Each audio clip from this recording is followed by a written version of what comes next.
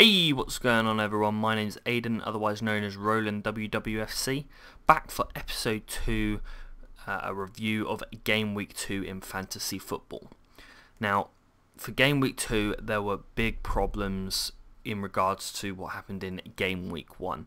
From Friday afternoonish to Saturday morning, you're allowed to tinker with your team until I think it's about 11 o'clock, and then from then on you can't do any tinkering. However, from about Friday afternoon, nobody could get onto the website to change their team. Now this had big implications on certain people who waited to the last minute to select their team, and unfortunately because of the problems getting onto the website they couldn't do that, so they effectively the game selected a team, a randomly generated team from the players that they had selected. Now that's not great. The people that run the website noticed this and obviously put their hands up and said, yep, certain people were affected from this. This is kind of a competitive kind of thing between mates. Some people would have been affected by this, some people wouldn't have. I personally wasn't. However, to combat this, the people running the website have given unlimited transfers, free transfers for Game Week 2. Now I took advantage of this even though I wasn't affected. They gave it to everyone. So my team here is different to my Game Week 1. I've brought in a couple of players and I'll go through this for you.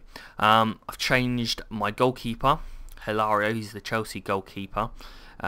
He came in and David De Gea from Man United went out.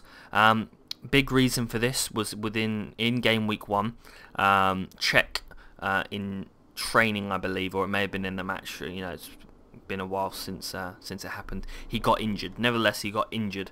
It was a knee injury, and it was suspected he was going to be out for a month or two, maybe even longer.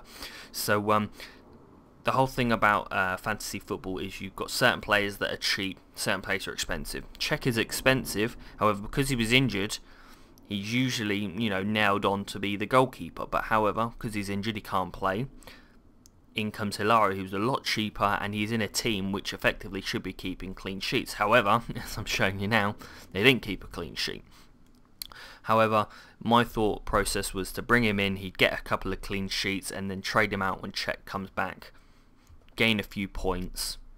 However, for this game week, didn't happen. Next change, I had Cabaye. I brought him in for Jamie O'Hara, and he got me 2 points. He got a yellow card there, so he would have got 3, but he got 2. I brought in Walters, who missed a penalty. This is something new. He missed the penalty, so therefore he got -2 points. Now he got 2 points, so effectively he got 0. I brought him in for Nathan Dyer, so that's not a great points haul, considering I subbed him in and he didn't get me any points. Not great, but considering it was free, the only thing that I lost was how many points I would have got with him, with getting 0. I didn't get any points, but I didn't lose any, because every transfer you have, you lose 2 points effectively over your allocated 1 per week. Next transfer, I brought in Smalling for Raphael, who got injured.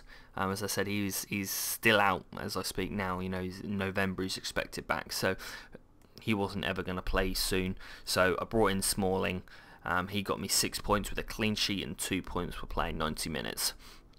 And next, I brought in, finally, Jose Enrique. However, I put him on my bench. He was for Bernard Asuakoto, who was the Tottenham left back. So before I go down here, let's just quickly go through the team and points. I've already pointed out Smalling, 6 points. Johnson, big point haul here. Clean sheet bonus, and he got an assist, which got even 3 points. So 9 points from a defender. That's pretty good.